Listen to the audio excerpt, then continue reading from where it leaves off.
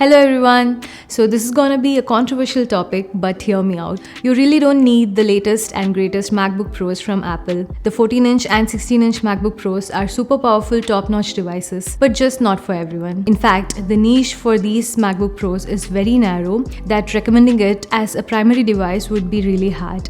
I wouldn't go for the MacBook Pros and why you might want to stay away from them in today's video.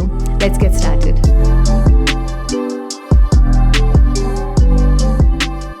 After so long, the MacBook Pros are devices from Apple which really fit the Pro label. The processors are incredibly fast, great performance, superb efficiency, better port situation, and overall a great machine. The price tag is also equally big. You can easily configure the laptop over $6,000. If everything is so good, why should we not buy them? Let's talk an analogy. Take the iPhone 13 Pro and the iPhone 13. The iPhone 13 can do 95% of what iPhone 13 Pro can do. The cameras in most conditions give similar results too. Where you see the difference are in real corner cases like low light situations, ProRes, etc. That's why iPhone 13 is most popular iPhone. It fits most people's needs for a cheaper price. It comes around $800 versus $1,000 for the Pro. Now compare that with $800 laptop versus not $1,000 but over $2,000 device. I'm talking about the M1 MacBook Air, which comes at around $800 versus the static configuration of MacBook Pro 14-inch, which starts at $2,000. Do you think it's an unfair comparison? Let's talk it through. First,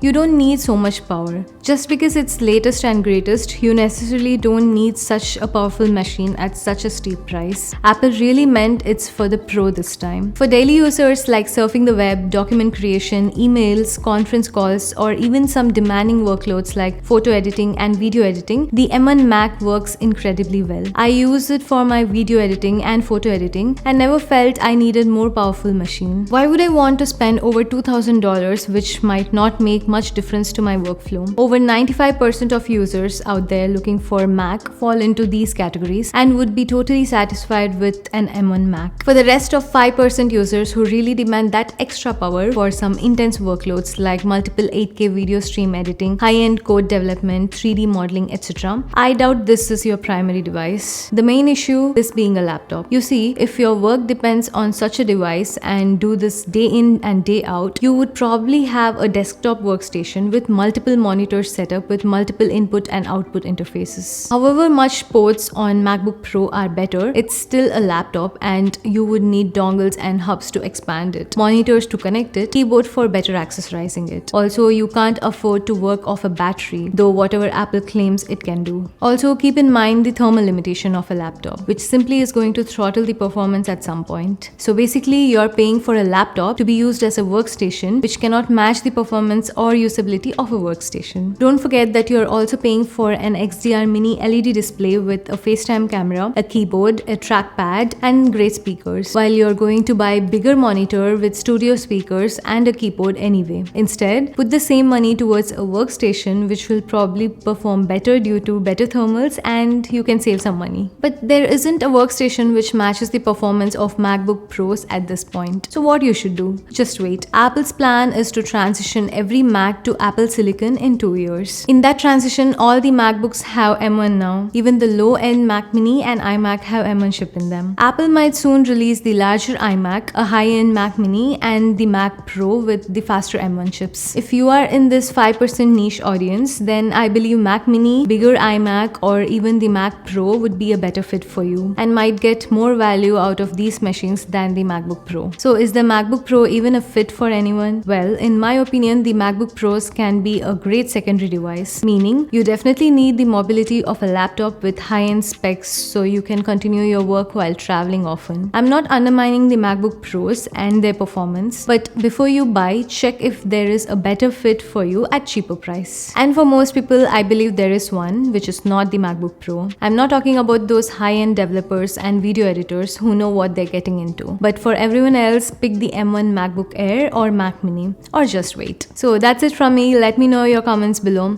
Thanks for watching. This is Anjana. Bye bye.